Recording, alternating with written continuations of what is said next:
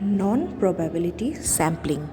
So as we know, the two types of sampling are the probability sampling and the other one is the non-probability sampling. Today we shall discuss about the non-probability sampling, types of non-probability sampling, and what is actually non-probability sampling. Non-probability sampling can be defined as a technique where the researcher selects the samples on the basis of some judgment or on the basis of some convenience of the researcher. That is, there is no probability involved in non-probability sampling. It is a less stringent method, and this method depends basically on the expertise of the researcher.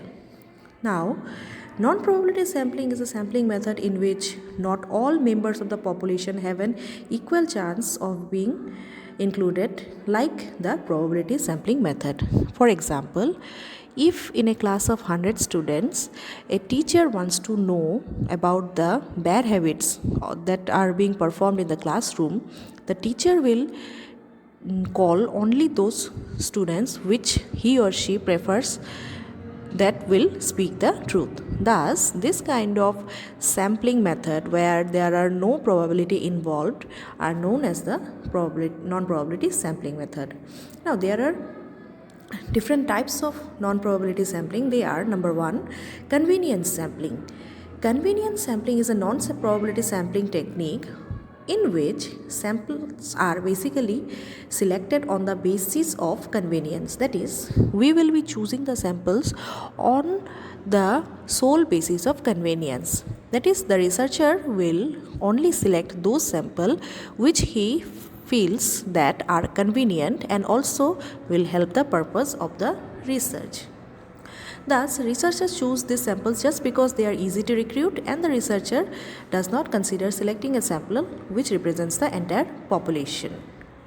Next, we have consecutive sampling. Consecutive sampling is a non-probability sampling method which is more or less similar to the convenience sampling. There is a simple variation here. In case of consecutive sampling, the researcher picks a single person or a group of a sample and then conducts research over a period of time.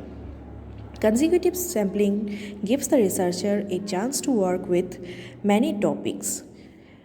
There is another method of non-probability sampling, that is the quota sampling. So, in case of a quota sampling, a researcher wants to study, suppose, certain aims of maybe the aims or goals of students in an institution.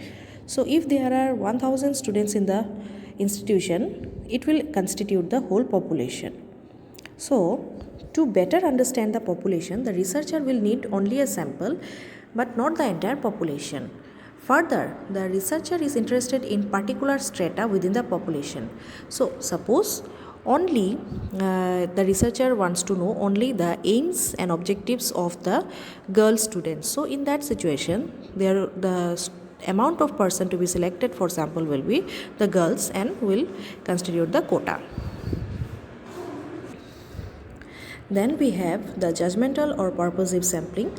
Under judgmental and purposive sampling, the researchers select the samples on the basis of the judgment of the researcher itself.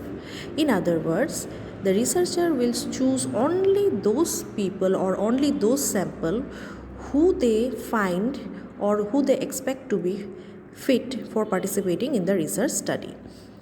The method of judgmental or purposive sampling is considered to be not a scientific method of sampling, and thus the research technique involves a high amount of ambiguity.